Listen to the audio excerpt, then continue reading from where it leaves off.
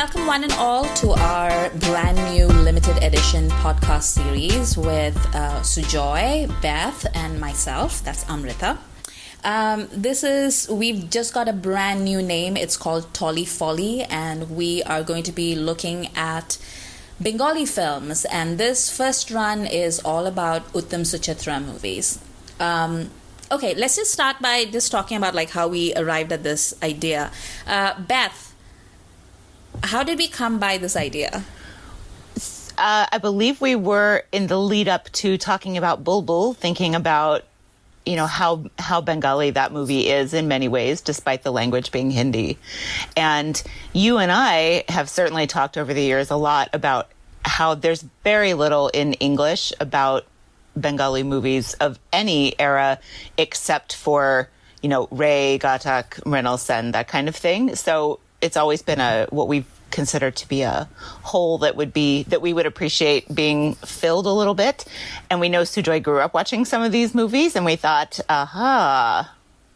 I think for me, it was more like a passive presence in my childhood, because we had like VHS tapes lying around, and it would be always on TV. Like my parents would play, so I wouldn't consider myself to be like an aficionado that I grew up with these movies, but it was there. I watched all the songs, and I don't think I have any active memories of watching the movies throughout, like I would have of, say, Amitabh Bachchan movies.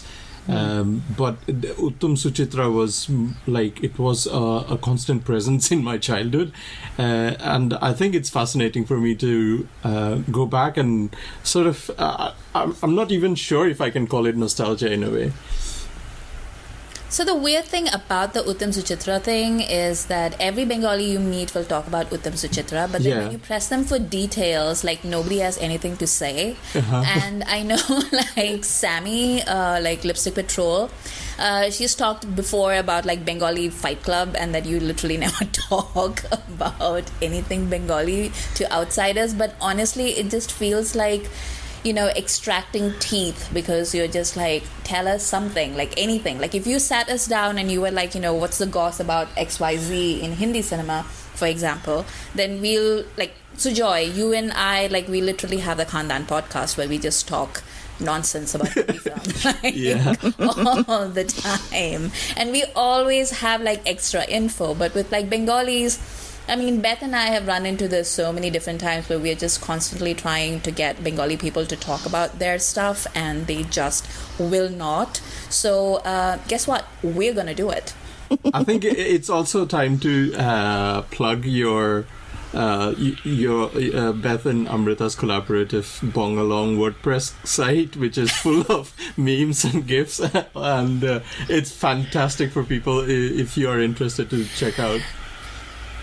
So we actually wanted to call this particular podcast run Bongalong because it comes from like Bong for Bengali and then Watch Along, because Beth and I are usually in different time zones, so we end up like having to like watch along at the same time. So that's where the name came from. But when I was looking it up on Google just before we started recording, it turns out that there's some kind of cannabis company that has bought the rights to that. So no, we are now the Tolly Folly. A big shout out to Ambarish on Twitter who gave us the name. We really appreciate it. The name went through a few iterations on our emails this afternoon, because we were still coming up with names.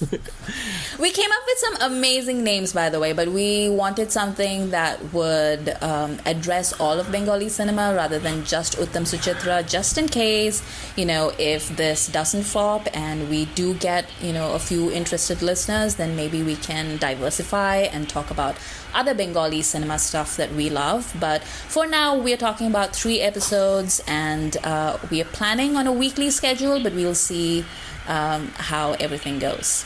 Also, to Asim's disappointment, we are dissociating ourselves with the keyword bong. So.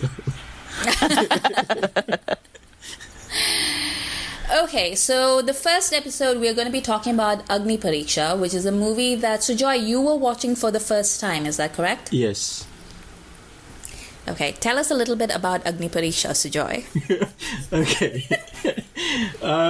It takes us to a time that we have completely forgotten.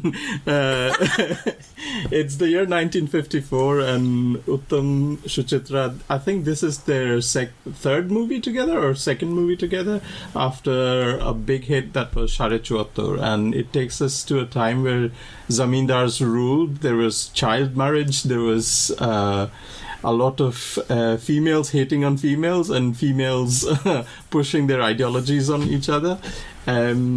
It's basically about how do I synopsis this even? Like, Beth, do you have like a better idea of how to explain this? Because you've written like a bunch of different things about this film, right? I've written one kind of lengthy blog post, but this movie haunts me a little bit. How spoilery do we want to be? Oh, let's be spoilery. This movie came out like more than half a century ago. Like, right. I think we can be spoilery. And we'll get to this, but there's a Hindi remake of it also, which perhaps some of our your regular listeners, sorry, I just claimed part of your I don't think our regular audience. listeners want to watch that movie. No, but I think that they may have seen it, right? They may have seen Chhoti Si Mulaqat and not realized it was a remake of an older Bengali movie. But so we have. It has, in some ways, I'm just realizing, it has a little bit of the flavor of certain reincarnation movies where there's a romantic couple in the past and then they re-meet, later and they know they're drawn to each other, but they're not sure why, that kind of thing. It has a little bit of that flavor, except thanks to child marriage, they're not reincarnated. They're just 12 years older.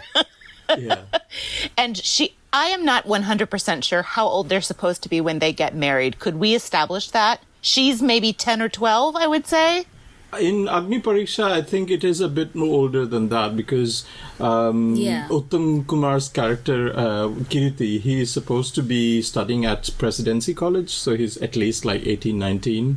And she might be like 15, perhaps, which is also interesting because... I do not think that's a 15-year-old. I really don't. It is weird, though, because I think Suchitra Sen herself was married very early. Oh, ew. But not like, I don't think child early, was she? Speaking of the gossip, we would know if this...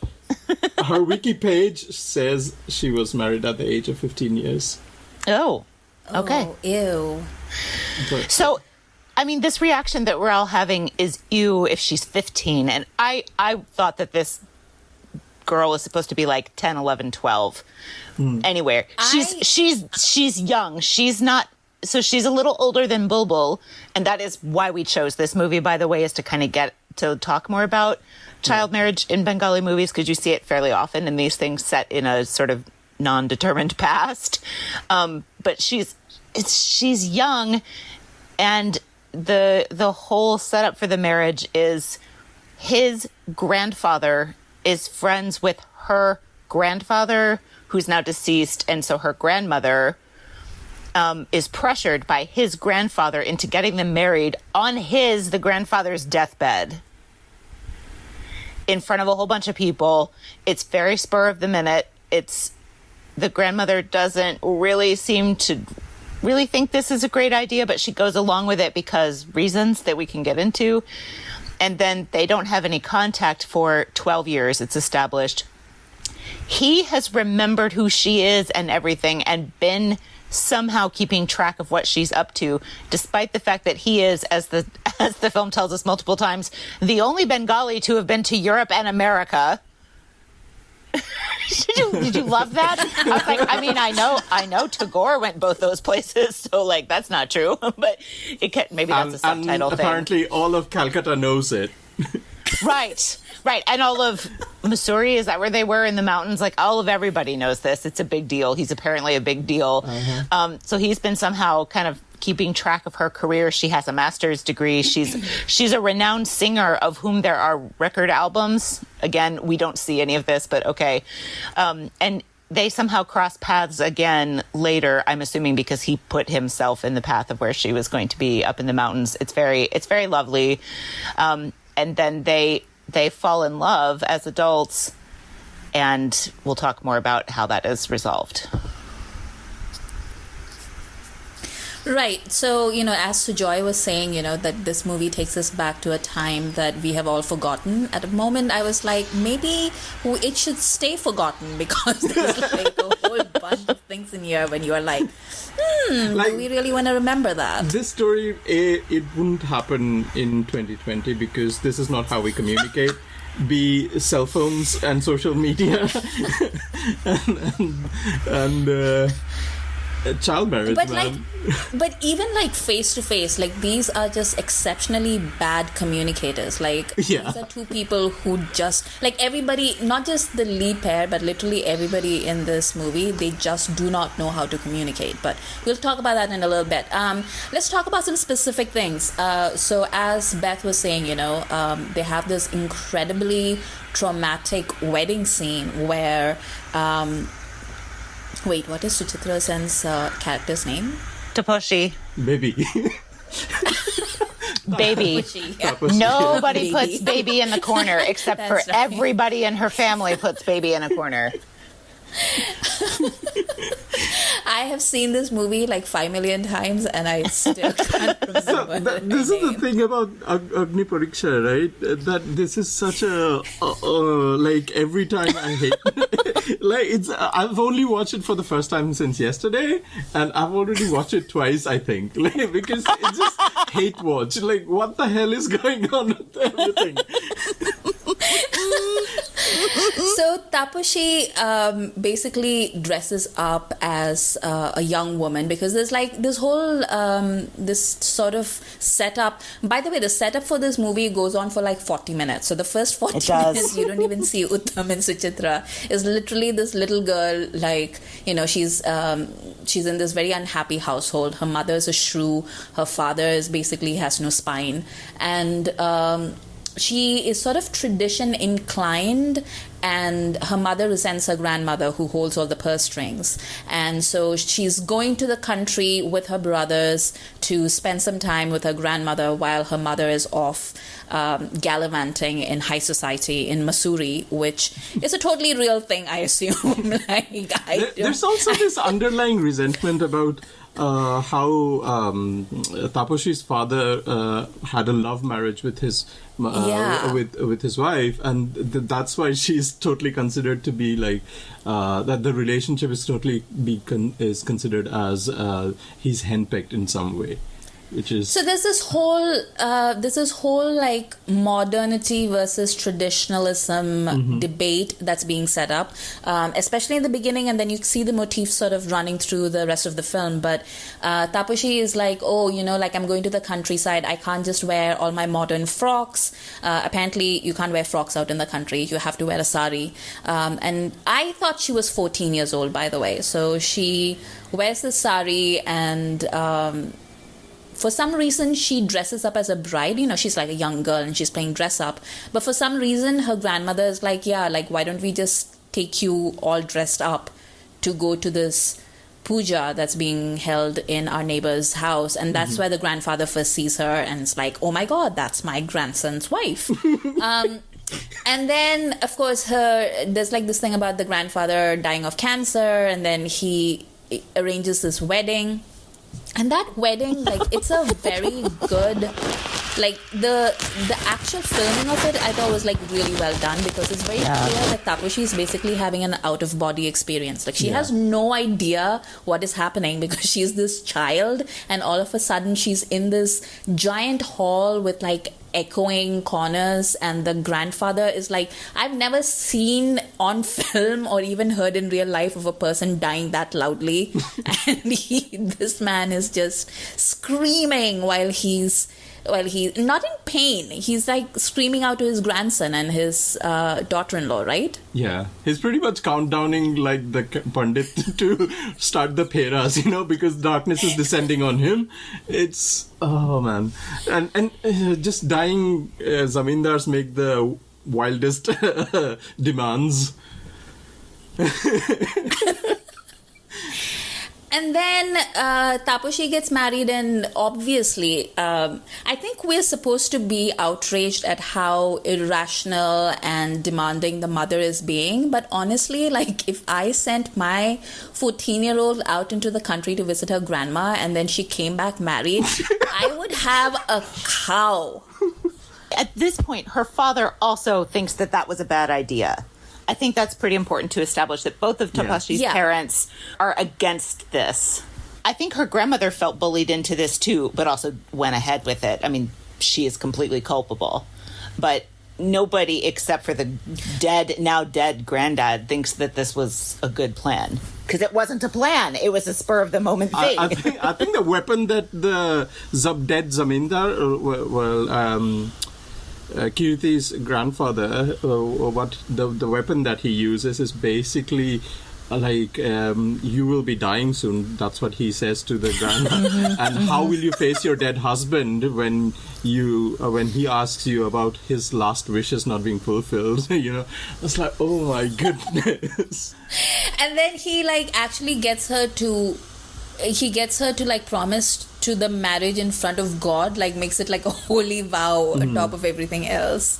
But let's just go back to like what Beth was saying, because after her parents remove her from the countryside and from the mausoleum of the dying grandfather, they take her back to Calcutta, and her mother is and she's really confused. I mean, this is a child who's had several traumatic things happen to her, including being torn away from her grandmother, whom she loves very much. And all of a sudden, her father gets ill, like he suddenly develops a heart condition, and he does a complete 180. Like, on one hand, my daughter, but on the other hand, Sanskar, you know? Most Sanskar is happening. I feel like that's not a factor you get quite as strongly in Bengali movies overall as Hindi movies overall. I'm generalizing vastly here, but he's with his daughter. They've gone outside to have a chat, sitting under a tree. He's clutching his chest as he says to her, "We're Hindu. You have to uphold this. You have to accept it. Don't listen to your mother." And then he's like, "Ah!" Then dies. Dear daughter, it breaks my heart that your life is ruined, but my cholesterol is so high. No, I have to say, like, you know, like, to Beth's point about, like, how Bengali cinema is usually not very sanskari, I feel like it makes up for it, that when it does go the sanskari route, it goes, like, to some pretty arcane places where you're just like, I can't believe you just went there, which is what it does in this movie, but we'll come to that in a little bit. Okay, so he is dying, but like all the mother really cares about is her position in society. Like, is that a function of modernity? Like, what is the movie trying to tell us? Like, is she just a gold digger, or is she just that she's very modern and therefore she wants to be in Park Street society? We went to try to get the opinions of Bengalis sort of our age. So I turned to Dipanjana Pal, and she sent me a lot of great thoughts. I asked her specifically about the mother, and she said, "We can't forget this is a film in a newly independent Bengal that is keenly aware of its colonial past and how it lured so many into becoming brown sahibs. Being westernized is something we still have a massively conflicted relationship with, and back then it was obviously a lot more so." I thought that was a pretty interesting point to consider, because I had first just interpreted the mother as status conscious. I don't want to say gold digging. I want to say status conscious, because she does mention we live on Park Street, which makes me laugh, because when Amrita and I were in Calcutta, every time we turned around, we found ourselves back in Park Street without even meaning to. So it's interesting to me that Dipanjana said that about like brown sahibs, because if I remember correctly, and I might be mistaken, like I'm not very clear about Calcutta geography, but I do remember reading an article that I think said that Indians weren't allowed to live on Park Street. Like, that was a whites only area for a very long time. So, even if you were a very rich Indian, you wouldn't live on that side of town. You would actually live on like another side of town. So I feel like after independence, if that is when the old racial divides came down, then an address on Park Street probably means something very different to a 1950s Bengali crowd than it does to us.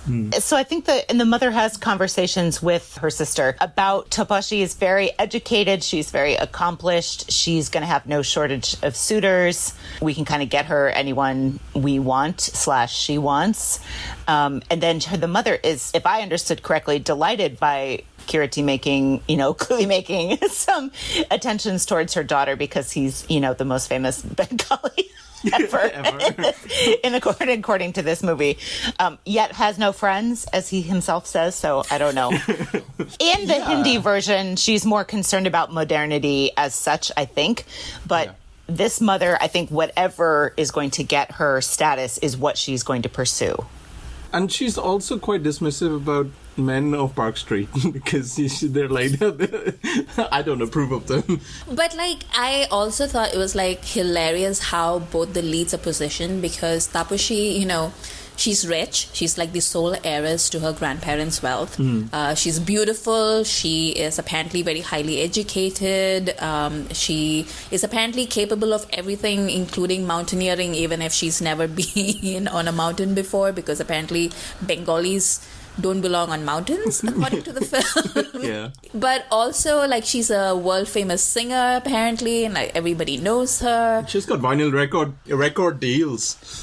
And then there's Kirti, and Kirti is not just super duper rich, but he's also an engineer. He's traveled to Europe and America. He's very handsome. It's there's no end to people's qualities in this film.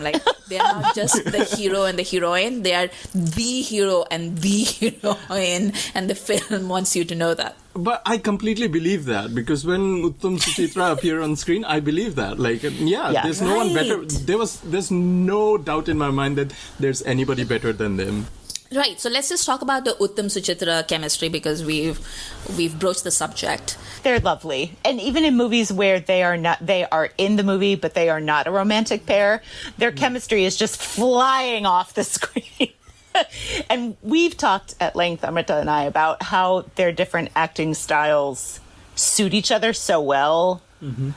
Yeah. To me, those styles are not quite on full display in these particular roles. Mm-hmm. They're both deeply emotional, but it's expressed in such different ways that they just fit together so very well. And they're not, in all their movies, they are not always rich. They are not always instantly drawn together romantically. There's variety in how this pairing is put together by filmmakers. This can be subjective, but for me, they're just mind-blowing. Even with me wading through subtitles, I find them 100% convincing as a romantic pair. I think we will deep dive into the romantic chemistry they share in the probably the next episode when we discuss more of their romantic movies.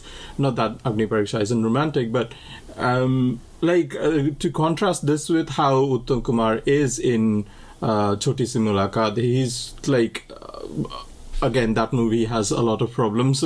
10 years or 12 years down the line, he's playing a straight up romantic here, versus in that he is just another 70s or 60s Shami Kapoor / Joy Mukherjee / Bishwajit, that kind of a guy who is stalking, and they have the takrar and complete difference between how that cinematic presence of Uttam Kumar is versus here.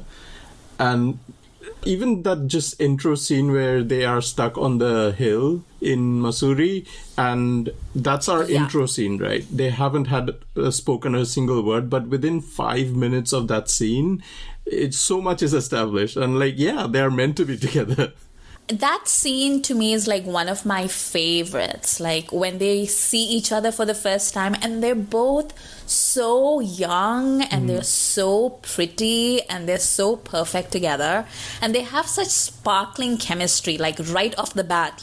He is so comfortable with her, and it really works within the movie itself, because the characters are such that she expects him to be to have like a little bit of reserve because she's a strange woman, but he immediately just treats her as if he's known her for years, which she doesn't know, but he does. Because at this point in the movie, like he's the only one that knows that that they're married, basically. So they have this instant ease with each other, and she remarks upon it, and she says, like you're very different from everybody else. Like you're so strange the way that you talk to me and that you behave with me, and we can see that she likes it. And they're just, how we say that somebody's like meant to be. And that's like a term that I think gets thrown about very cavalierly. But with these two, like you see in that very first scene, and then they have this beautiful song afterwards, and it's absolutely meant to be. Oh, that song. We have now established that Uttam and Suchitra are meant to be, and they are just the most perfect, amazing epitome of human evolution. Like Uttam is not only like a gentleman and a scholar, but he can also like fight for his beloved's honor. It is the most unconvincing punch of the 1950s. I think it's more of a slap fight even rather than like an actual fisticuffs. But there's like a party and like somebody crashes it, and Uttam being like, for some reason, like the entire party is like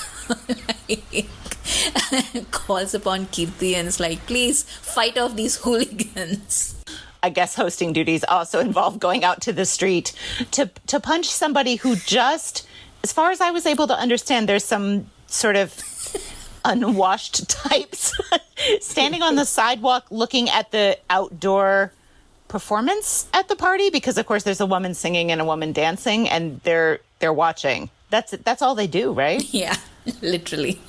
But what matters is Suchitra is definitely impressed by it. Oh, my hero, so masculine. She's turned on. She's like, I like a man who's a man. Which then leads to her, like, suddenly, like, on their way back from the party, they run into, like, a barat. And for some reason, like, they're really happy to see the barat until Uttam points out that it's a child marriage, which I guess was still legal in the 1950s. That's what our movie is trying to tell us. And then immediately she just has these flashbacks of her nightmare wedding. And then begins her existential crisis. We have to stop for a second, because in that, so he's driving her home from what I think is his house, or his party anyway.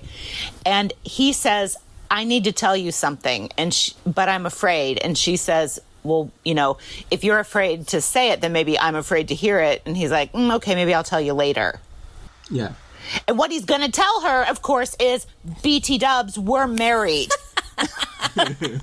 And he doesn't tell her. And this happens multiple times, that he almost tells her and then doesn't. So not only does he know and doesn't tell her, he creates this buildup to something. And she is so heart eye emoji at him. She's like, oh, whatever. I don't just want to stare at him. I don't even care what he says to me.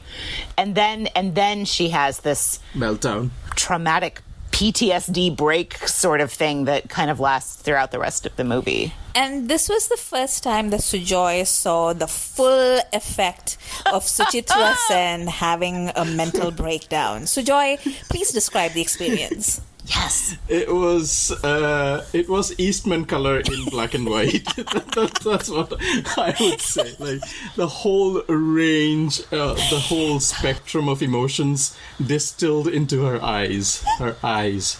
Oh my God. Not even her face, her eyes. Yeah. Her eyes. She's a master, isn't she? Oh, yeah. My longtime favorite, Shashi Kapoor, is also quite good at a freak out, like an emotional freak out. But I don't think there's anyone I would rather watch do this than Suchitra Sen. She's so good at it. And I was discussing with Dipanjana yesterday, do we find her hammy or not? And I actually don't. It's just barely on this side.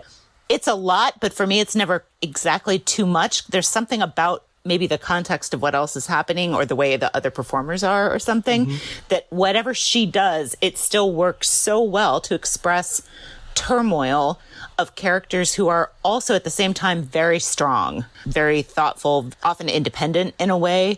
And somehow that whole package that she often gets to portray and then portrays so well just works for me. I mean, we've seen this emotion portrayed by numerous actresses like Asha Parekh or whatever. But it just works for me. It's cinematic and still not hammy. Yeah. I think what I appreciate about it is the fact that she doesn't repeat a single expression. Like, I didn't know there were so many expressions of terror that a human face could portray. Yeah. But my favorite part... But Amrita, have you ever been faced with a ringing telephone you didn't want to answer? I was about to say that's my favorite part, where, she hears the telephone ring and she knows it's Kirti, and she's basically freaking out at a level that nobody before or since has ever freaked out about a telephone. And I love the resolution of that scene because she comes... So the first time she has that freak out, she comes and she she tries to ignore the phone, and then the second time her brother comes in and looks at her like, what the hell, what's wrong with you, and answers the phone as if he's so used to her being this drama queen. And I thought that was an excellent portrayal of a sibling relationship as well. So then Suchitra basically, she decides that she must return to her child husband, and she must forget Kirti, even though, she loves... No. Before that, she visits Kashi to her grandma, because she's Dharam Sankat and all. Yeah. I mean, I'm just glossing over that part because... She also has... I believe before what you're talking about, she also has some arguments with her mother over what she should do. And her mother, if I understood right, basically says, you don't need to pay attention to this child marriage. Go for, where is your husband, by the way? Right. He has not come back. He has not acted like a husband. So you can just go with Kirti. I thought the grandma was really instrumental. First she can pushes her to get married and then fucks off to Kashi for 12 long years, right? And then this poor child, not child, but Taposhi is having this Dharam Sankat. She approaches her for help, and she's I've written down the dialogue from the subtitles. It goes something like, people give lives for an ideal. Why kill an ideal for about 20 years of pleasure? That's true. That's true. Oh, fucking God. The guilt is strong. And then she takes her granddaughter back to the Haveli where they got married, and she's giving her the grand tour, and she's this is where I promised you to Bulu. Bulu is the childhood name, the dark name of Taposhi's husband when he was when they got married. Then she only knows him by that name, by the way. She doesn't know his actual name. She just knows his nickname. So she's well, this is where you were promised as a bride, and you became the bride of this house. And then Tapushi's okay, cool story. And then she's going through the Haveli, and she comes across the living room, Chandelier, which nobody has done anything to. Nothing. It's left exactly when that old man died. It's left exactly like that. It really is a mausoleum. And she obviously has a freak out, which leads to my favorite scene in this film. Is it your favorite scene, you guys? I think you've just named 3 things as your favorite scene. And I don't blame you, because each escalating dramatic conversation with herself, with somebody else, the facial expressions, the whatever, right? Suchitra really, really builds this really well. And just the angle of like Uttam Kumar holding her, and you don't get to see his face. Yeah, just her reaction to to Bulu's face. You know, is it supposed to be fantastic. A mystery at that point? Are we not supposed to know as the audience that he is Bulu? I guess the original novel was written like that, right? So that it's supposed to be a big reveal at the end that, oh, if you have your sanskars right, you will find your true love. But he shows up and he's half naked for some reason. Why? No, he's wearing a dhoti with a gamcha, so it's like he's a Mukherjee, so it's not half naked. Do Mukherjees don't wear tops? Is that what you're saying? Yeah, I mean, zamindars don't.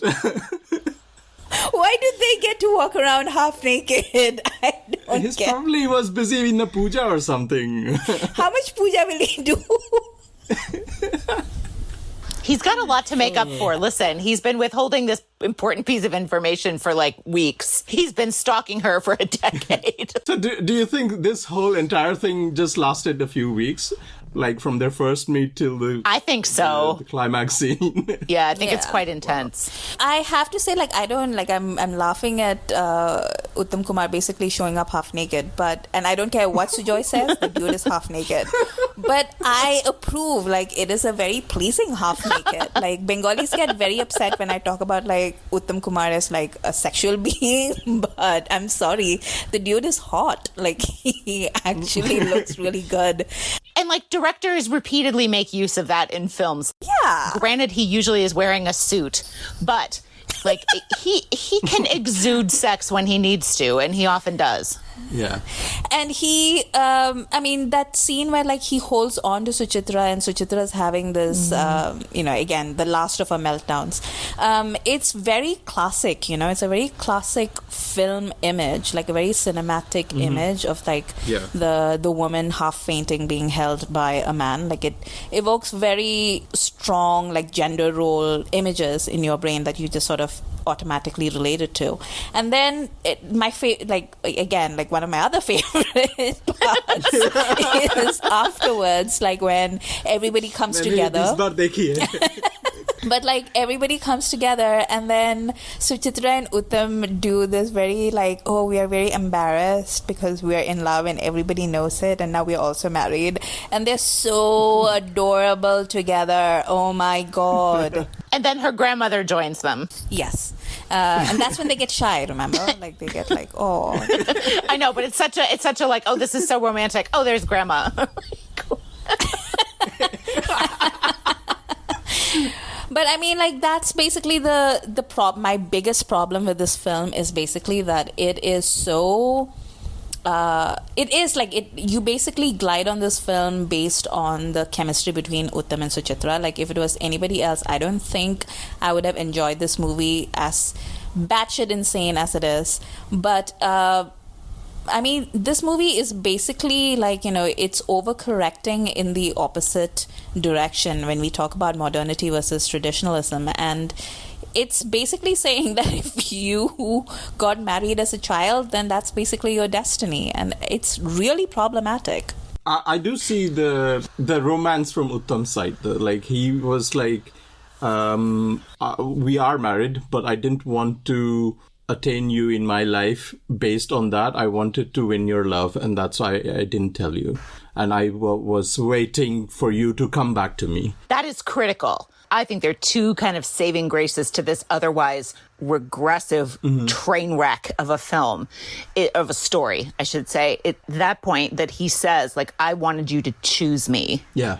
And the other is what I do think Suchitra's character was heavily guilted mostly by her grandmother, and maybe by her dying father's words that she remembers it over a decade later. But I do think she had a fair degree of agency in choosing what she does. And it's super duper convenient that it all, that those are the same person, of course. Yeah. Again, like Hindi films are always criticized for having convenient coincidences.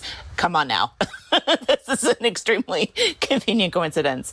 But if it were not for those two factors, this would just be unbearable, which is how we lead to the Hindi version 13 years later. But this is like part of a larger whole, in my opinion, because like, I mean, I've said this before to both of you, where there is a strong motif of child marriage in Bengali cinema, and it kind of feels like Bengali cinema isn't quite sure if it's made up its mind whether it's for or against child marriage, or like what it feels about, like, you know, underage people having relationships with older people.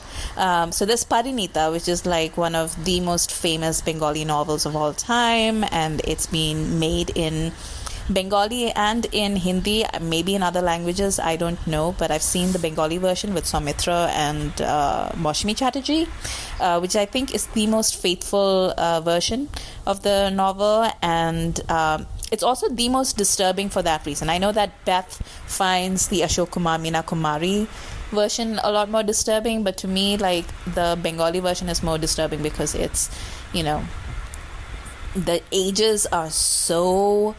like, it's so palpable. Like, she really is a child, you know. She's so young. And Soumitra is not. Like, he's a young man. And that's very true to the novel. And it just made my skin crawl when I was watching it. But Beth, you had the same reaction to the Ashok and Meena Kumari film, right? Yeah, and again, it's the age difference is the key gross factor, because to me, Ashok Kumar is a lot older than Meena Kumari than Soumitra is to Moshmi. But he looks it too. Like, he looks like her father's much, much, much, much older brother, like almost her grandfather. Oh, my poor Ashok Kumar. Like, I won't listen to this Ashok Kumar slander. I was trying not to interrupt you, but like, you grew up with that movie, right? I do think there's something about things that we saw as romantic when we were certain ages are hard to unfeel. But I think, like, there's a movie out there, a Satyajit Ray movie, that I think has done, like, a really good job of talking about, like, what marriage does to a woman, but especially to a child woman. And that's the Samapti chapter of his Teen Kanya, which is this triptych that he directed. Sujoy, you watched it for the first time, right? And we haven't discussed it yet. So what do you think of it?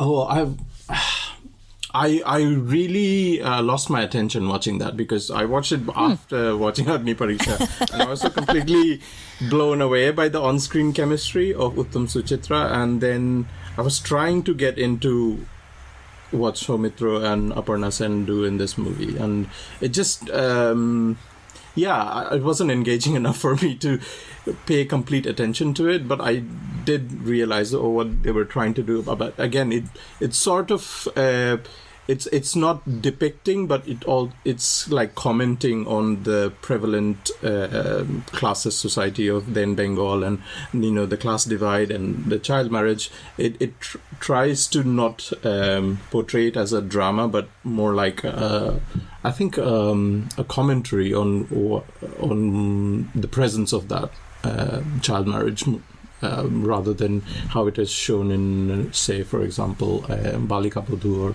or Agni Pariksha. Beth?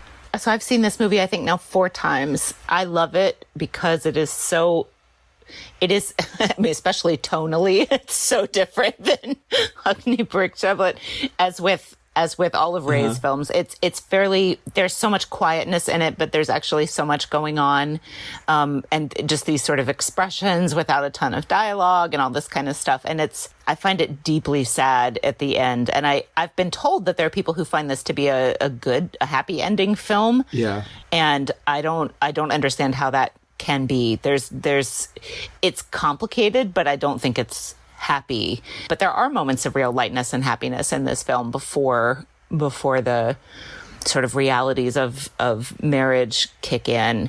I just want to say that I think that this is Aparna Sen's best role as an actor, and it's her first role as an actor.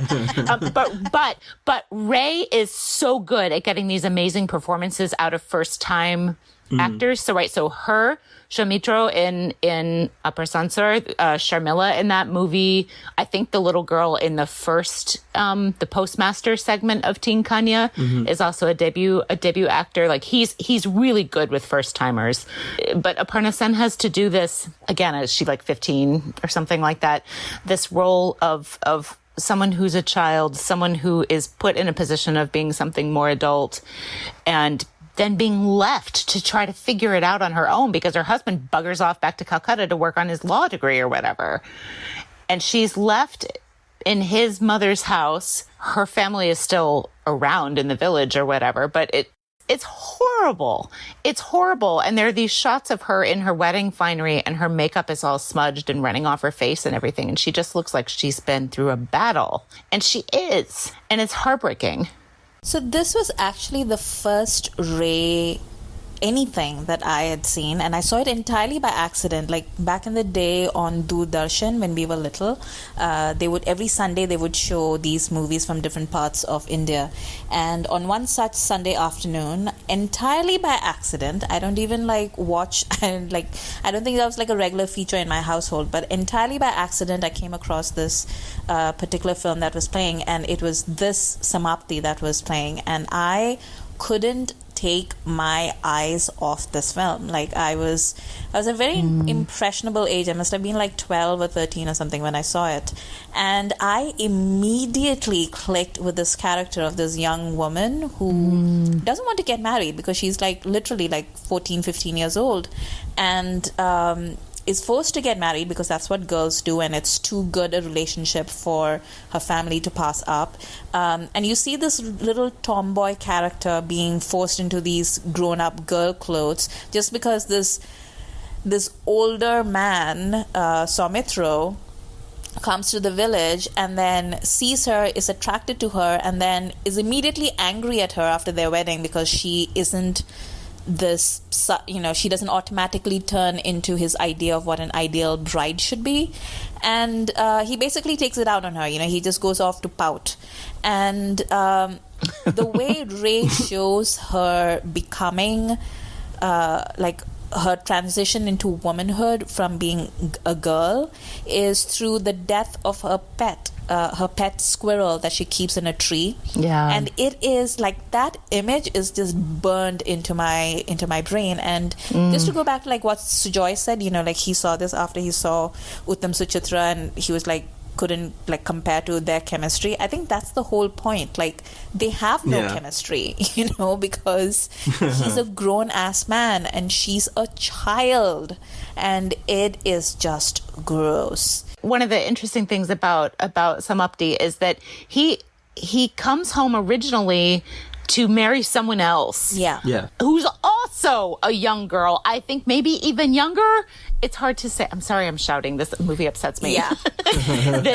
And he's so put off by, I'm not sure what exactly, honestly, her family, the staging of her and the interaction. And at that meeting where he goes by himself to this house to meet this other prospective girl 10 years younger than he is, Aparna's character is outside and wants to play with the younger brother of this bride-to-be. And she's interrupting through the window, psst, psst, come on, come outside and play, whatever. Her squirrel runs into the house. She bursts in after it. And he's so taken by this contrast in these two, from that family to her, that he acts very rashly to decide he's just going to spite his mother and marry the child that everyone calls Pugly. Right? It's a spite marriage. He doesn't seem at first like someone who's going to act rashly, but he really, really does. And she is the biggest victim of it. Which is such a good description of what marriage apparently was in the 1950s for a lot of Indian women, but especially Bengali women from what their cinema says. So talking about this kind of gross behavior, let's talk about Chhoti Si Mulaqat, which was made 13 years after Agni Pariksha and somehow manages to be even more regressive and horrible level than even Agni Pariksha or Teen Kanya or anything. Sujoy, you watched Chhoti Si Mulaqat as well? Yes, like I skimmed through it because I'd already seen Agni Pariksha. I just skimmed through parts of it. I tried to find contrasting messages, contrasting ways that they try to depict the events, and I found it even more regressive, as you said. It's just like I do understand why it didn't work though. Like, Yeah. like I have a theory in a way. So one interesting thing that I found out about Agni Pariksha is the director is credited as Agradoot, and I went to the Wikipedia page and this is unprecedented.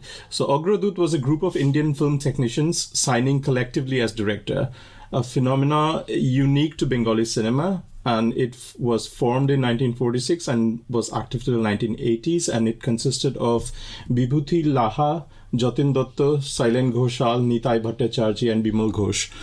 It's fascinating that all these 5 people came together to direct one movie, and they've made Agni Pariksha and a couple of movies before that, and they've made other movies as well, like Choddoveshi in 1971. And then Chhoti Si Mulaqat is made by somebody who Uttam Kumar has known as a friend, Alo Sarkar, which I think he tried to pretty much emulate what was prevalent back then, put in elements from everywhere, from Shami Kapoor to Joy Mukherjee, and shoot in really extravagant locations, and imbibe Beatlemania as well into it, and it didn't work. This film, by its own admission, is more regressive. And instead of taking the original's approach of Kirti saying, I wanted you to love me as you are now, as we are now, and to choose it, this one says, I wanted you to remember and act on the vows that you were forced to make as a child. So the Bengali version in the 50s wants the heroine to be more forward-thinking. The Hindi version in the 60s wants her to be more traditional. And it's gross. It is gross. There are things I like about this movie just sort of as a movie. I think some of the songs are fun. I like Vijayantamala. I like the crazy dance number where Uttam Kumar dances like you've never seen. I've never seen him dance in Bengali movies at all. And you're like, is he an expert at it? No. Does he give it his all? Absolutely. And I salute him for trying, because he's like, you know what they do in Hindi movies? They dance. Okay, cool. I'm going to do that too. No, it's even the thing that leads to it. Rajendranath is pointing and laughing at him. You can't be a modern, you are not included in our high society. And then he starts playing the trumpet. It's like Shahrukh Khan 40, 50 years ago, with the Ruk Ja Jaane from DDLJ. He's doing that same shtick. And then I'm going to show you how to dance. And he boogies. I think it's fascinating to look at the Bengali originals and Hindi remakes, because there are many of them.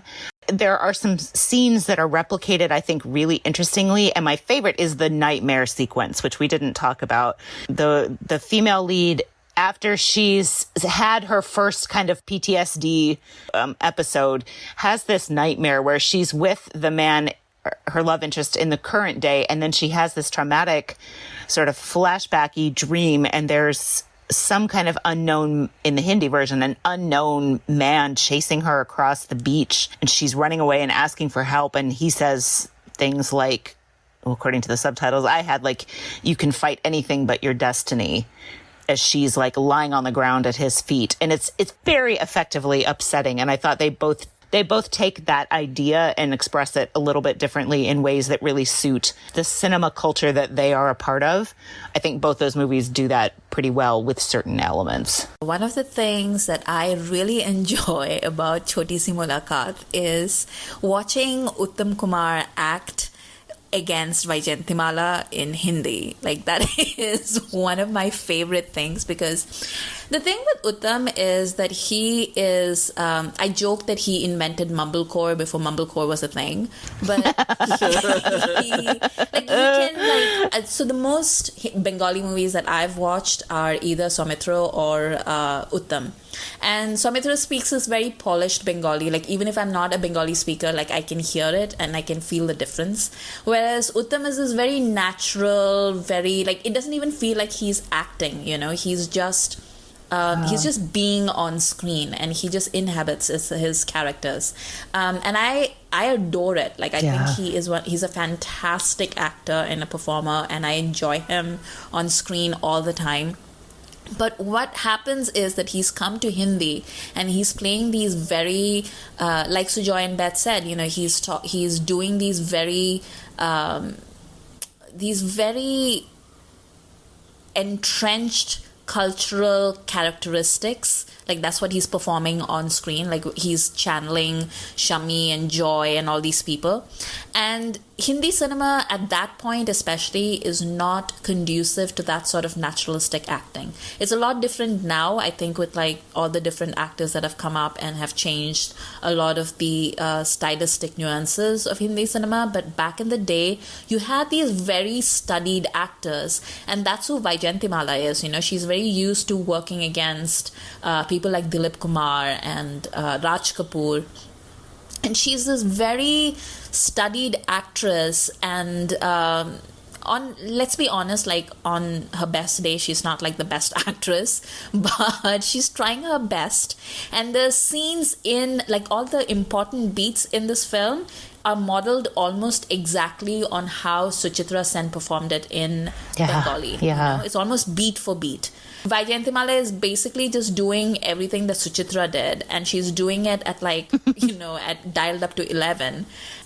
You know, the camera pans to Uttam, and Uttam's just underplaying it because he's so used to, he and Suchitra have this automatic leveling going on where, you know, she's just that level higher and he's just underplaying it exactly right.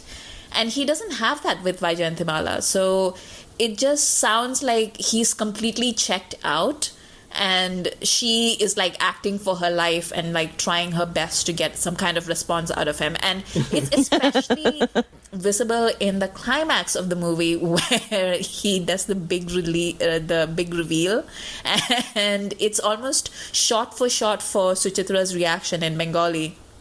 And Vaijayantimala's entire face is quivering, and she's just like, what?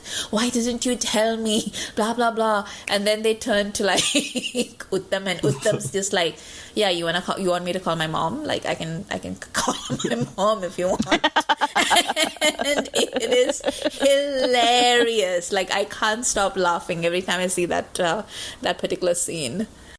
I love in the Hindi version that they make the heroine a kind of a different type of person. She's more bubbly. Yeah. Yeah.